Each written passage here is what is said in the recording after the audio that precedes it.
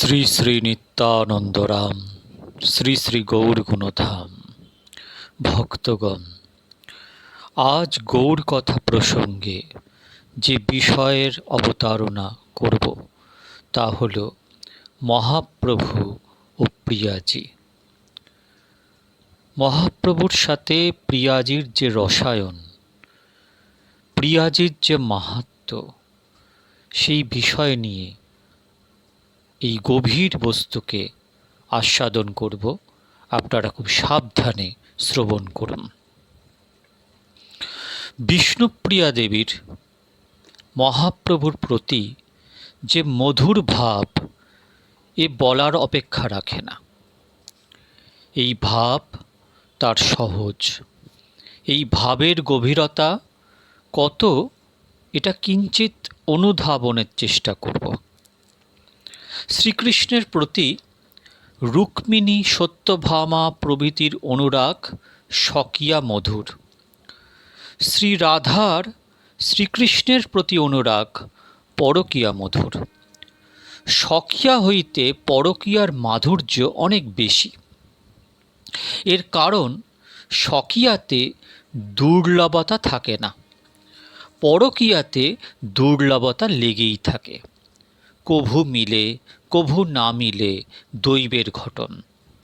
সকল সময়ই মিলনের জন্য একটি আর্তি নিয়ে থাকে। মিলনকালেও কখন হারাবো ভেবে এটা বেদনা লেগে থাকে। এই না পাওয়ার বেদনা ও যে কোনো মুহূর্তে হারাবার বেদনা পরকীয়া মধুর ভাবকে মধুময় করে তোলে। স্বকীয়া মধুর ভাবে এটা দৃষ্ট হয় না। সুতরাং সিদ্ধান্ত এই যে পরকীয়া ভাবে অতি রসের উল্লাস, স্বকীয়াতে এই উল্লাস নেই। এটা সাধারণ সহজবোধ্য কথা। প্রিয়াজির ভাবের গভীরতা চিন্তা করতে হবে। তার অনুরাগ স্বকীয়ার মতো, কিন্তু মহাপ্রভুর গৃহত্যাগ গ্রহণে তা নির্মমভাবে দুর্লভ হয়েছে। অতএব পরকীয়াতে যে রসের উল্লাস আছে, বিষ্ণুপ্রিয়াতে তা অবশ্যই বিদ্যমান। শ্রীকৃষ্ণ যে মথুরায় গিয়েছেন তা তার নিজের প্রয়োজনে, শীঘ্রই আসবেন বলে গেলেন। শ্রী গৌর সুন্দর যে সন্ন্যাসী হয়ে সংসার ছেড়েছেন তাতে বিষ্ণুপ্রিয়ার সম্মতি ছিল।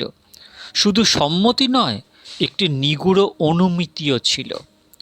বিবাহের রাত্রে বাসর ঘরে বিষ্ণুপ্রিয়া দেবী প্রাণকান্তের নিকট গিয়ে অন্তরের একটি নিগূঢ় লালসা জানিয়েছিলেন। তা বিশ্বজগতে অতুলনীয়।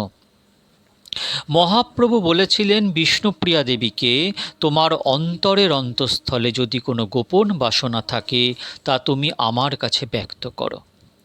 তুমি আমাকে চেয়েছিলে নিবিড়ভাবে, সেই চাওয়া আজ সার্থক হয়েছে। আমিও চেয়েছিলাম তোমাকে, সেই চাওয়াও তোমার প্রাপ্তিতে তৃপ্ত হয়েছে। এখন তোমার অন্তরে যদি আর কোনো গোপন বাসনা থাকে তা তুমি অকপটে ব্যক্ত করো। বিবাহ বাসরে গভীর নিশীথে প্রিয়াজি প্রাণকান্তের নিকট কি বলেছিলেন তা আমরা শুনব। শুনতে চাইলে যদি তবে বলি দেব, বাসনা আমার ভাবি যাহা নিরবধি।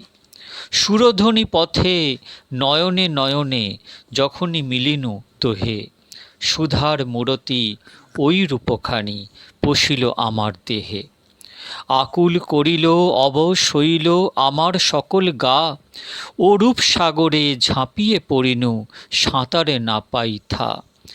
একা আমি আর কত আশা দিব, তিয়াস বাড়িল চিতে, জীবগণ নিয়া কোটি কোটি আঁখি চাহিলাম আস্বাদিতে। আজিকে আমার অতনু পরশে আপনা হইনু হারা, কিন্তু সে সাথে সকলে আসিয়া ভুঞ্জিতে চাহিল তারা। ভয় হয় পাছে সকলেরে দিতে, তোমারে হারায় ফেলি, কহে অনুপম এ নিত্য যুগল, রাখিব সকলে মিলি। বিষ্ণুপ্রিয়া দেবীর গভীর লালসা নিখিল জীবগণকে নিয়ে কোটি কোটি নেত্রের দ্বারা গৌরসুন্দরের মাধুর্য আস্বাদন করছে। এই লালসা নিরুপম, বিশ্বব্রহ্মাণ্ডের তুলনা নেই। তিনি চান বিশ্বময় সকলেই এই আস্বাদনের সাথী হোক। বিষ্ণুপ্রিয়ার প্রাণধন শ্রীকৃষ্ণ চৈতন্য হয়ে সকলেরই পরম আস্বাদনের সামগ্রী হলেন। বিশ্ব যে তাকে আপন করে পেয়েছিলেন, এর মূলে বিষ্ণুপ্রিয়া দেবীর ত্যাগ ছিল। এই ত্যাগে তিনি কিছু হারাননি। তাঁর প্রেম জগতের মধ্যে সর্বোত্তম আদর্শে স্থিত থেকে মহামহীয়মান হয়েছিল। শ্রীকৃষ্ণ ব্রজ ছেড়ে মথুরায় গিয়েছিলেন নিজ প্রয়োজনে। শ্রী রাধার অনিচ্ছা সত্ত্বেও শ্রী গৌরসুন্দর বিশ্বজগতের আস্বাদ্যমান হয়েছেন বিষ্ণুপ্রিয়া দেবীর গভীর লালসায়। পরকীয়া কান্তাভাবে যে দুর্লভতা, তা দৈবের ঘটন। গৌরসুন্দরের সম্বন্ধে বিষ্ণুপ্রিয়ার যে দুর্লভতা, তা দৈবের ঘটনা নয়, তা তাঁর নিগূঢ় ইচ্ছা সঞ্জাত। পরকীয়া কান্তার প্রীতির আকর্ষণে গভীরতা গুণ অবশ্যই আছে, কিন্তু অসামাজিকতার দোষও আছে। শুনিবার সঙ্গে সঙ্গে লোকের মনটা কেমন হয়ে ওঠে। যাকে প্রাণ দিয়ে ভালোবাসি সে বিবাহিতা পত্নী নয়, একেই বলা হয় অসামাজিকতা দোষ। এই দোষ পৃথিবীর সর্বত্রই আছে, একমাত্র শ্রী রাধা গোবিন্দে নেই। কারণ তাঁর প্রেমরস নির্যাস আস্বাদন করতে এসেছেন। এই কথা শ্রীরূপ গোস্বামী উজ্জ্বল নীলমণিতে ভালোভাবেই বুঝিয়েছেন, কিন্তু সাধারণ মানুষের হৃদয়ে এই দোষের চিন্তা জেগে ওঠে। বিষ্ণুপ্রিয়াতে এই দোষের অবকাশ নেই। সুতরাং স্বকীয়ার দোষশূন্যতা ও পরকীয়ার দুর্লভতা বিষ্ণুপ্রিয়াতে বিদ্যমান, এটাই শ্রী রাধাতে নেই। শ্রী রাধার প্রেমকে বৈষ্ণবাচার্যেরা দাম্পত্য উদ্গীর্ণ পরকীয়া বলেছেন, অর্থাৎ নিত্যে সকান্তা অন্তরঙ্গা শক্তি অভিন্ন আর পরবধূ। কিন্তু বিষ্ণুপ্রিয়ার কথা ধ্যান করতে নিত্য আর লীলা অপ্রকট প্রকটকে জড়িয়ে ভাবতে হয় না। তিনি প্রকটেই লীলাতেই দাম্পত্যমণ্ডিত পরকীয়া। এটা শ্রী নদিয়া যুগল ছাড়া আর কোথাও কোনো দিন সম্ভব হয় না।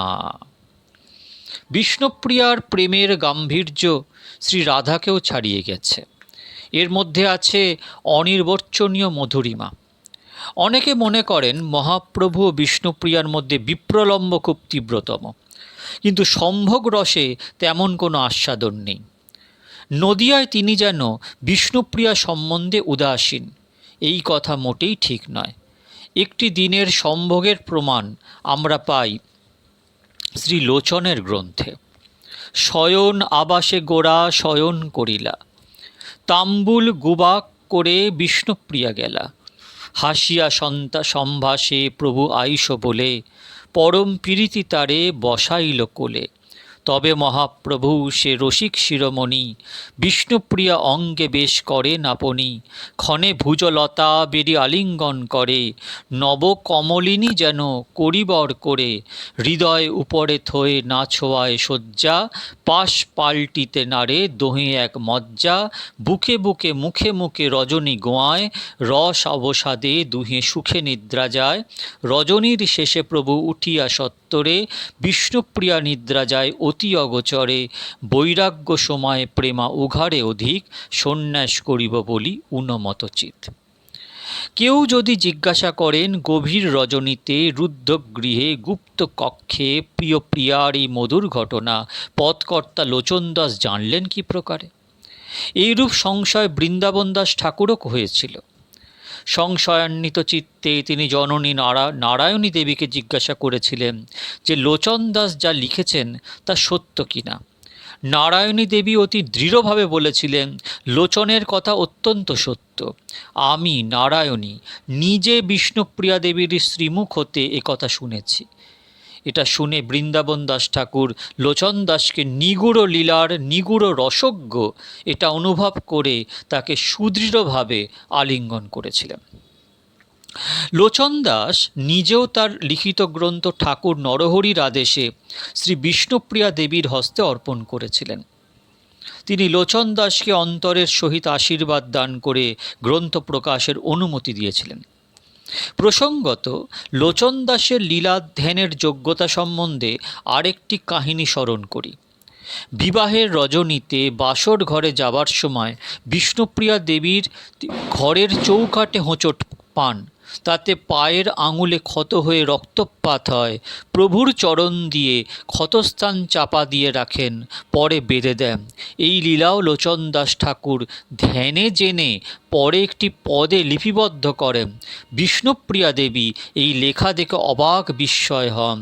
লোচন, তোমার ধ্যান সার্থক। বস্তুত কথা হচ্ছে যে সম্ভোগ রসের যে বর্ণনা উপরে ব্যক্ত হয়েছে তার দৃষ্টান্ত শ্রী বৃন্দাবনে নিধু ও নিকুঞ্জ বনেই আছে, বিশ্ব সংসারে আর কোথাও নেই।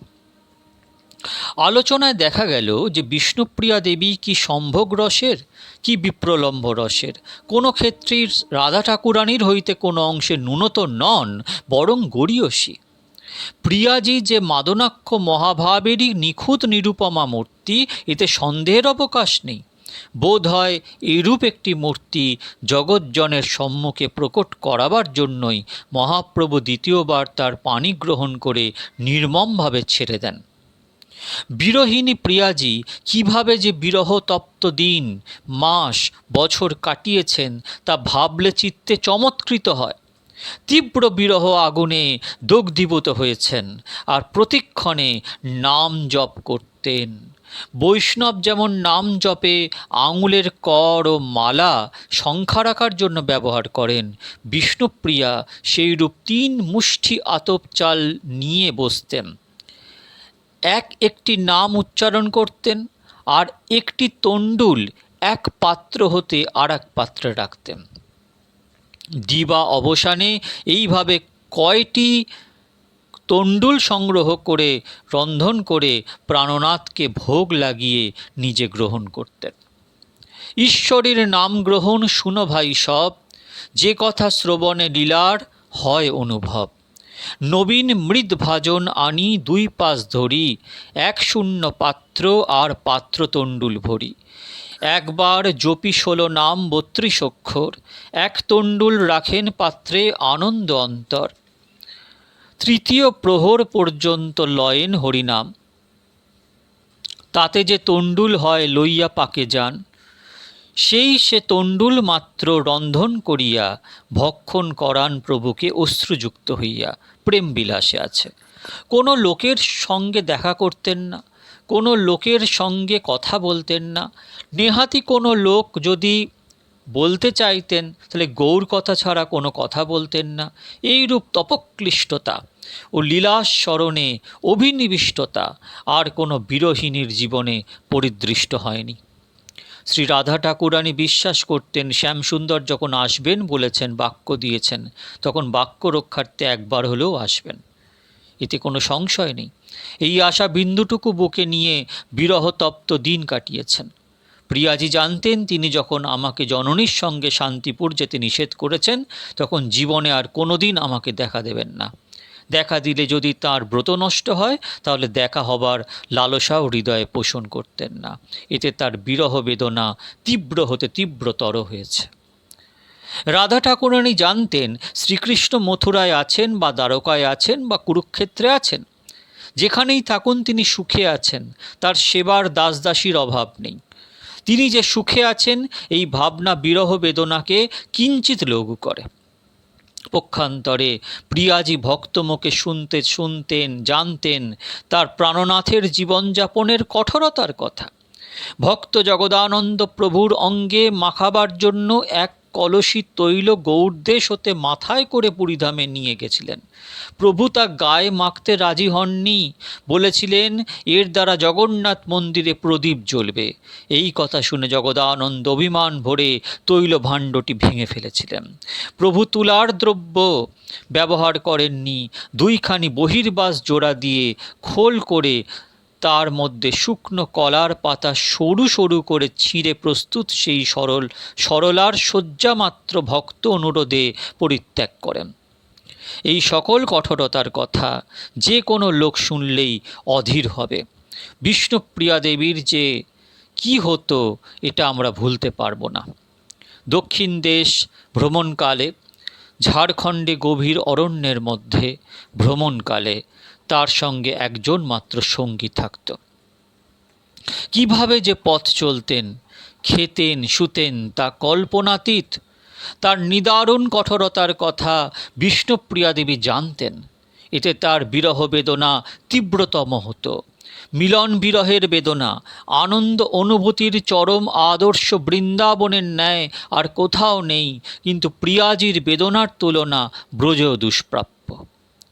যে ভক্ত কান্তভাবে গৌরসুন্দরকে আস্বাদন করতে লালসাযুক্ত হন, তার পক্ষে বিষ্ণুপ্রিয়ার আনুগত্য অপরিহার্য।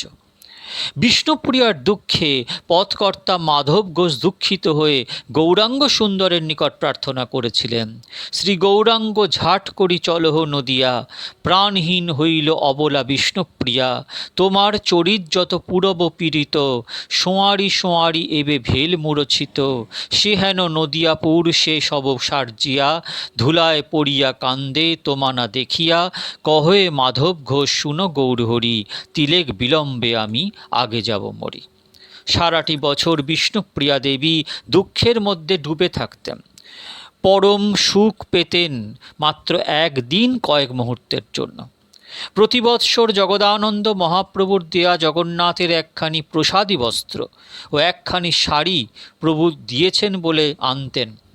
মা দেখে বুঝতেন শুভ্র বস্ত্রখানি তার জন্য আর শাড়িখানি বিষ্ণুপ্রিয়ার জন্য।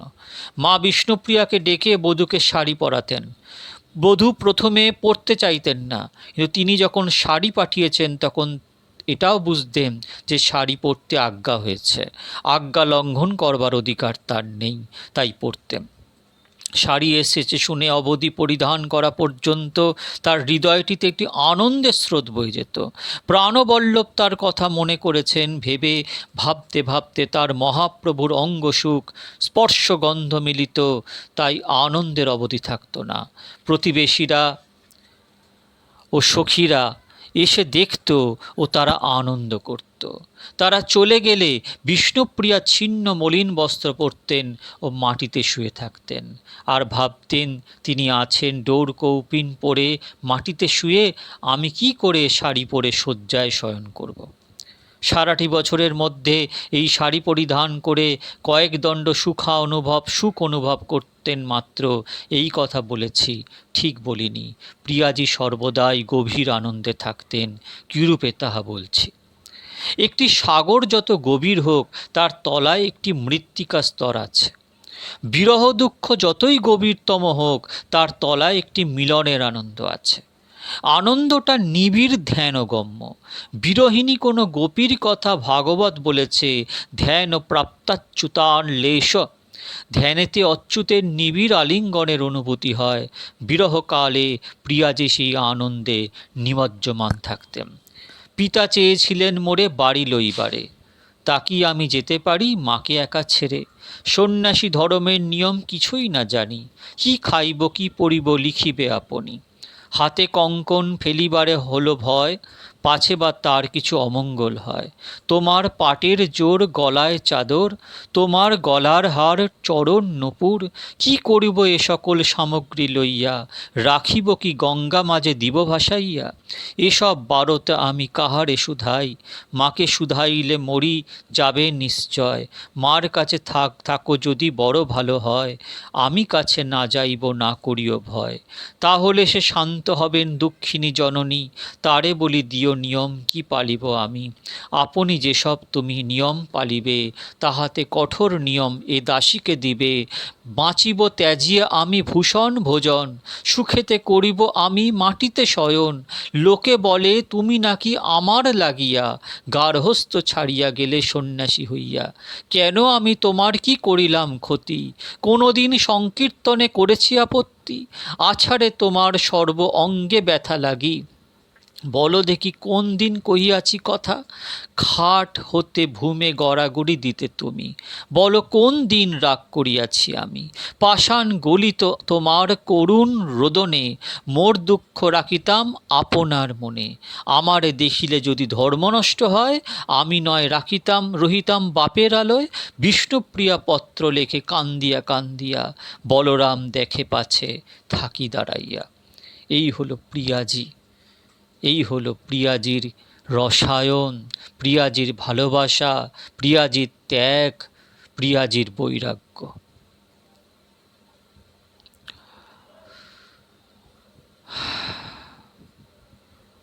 আজ এটুকুই।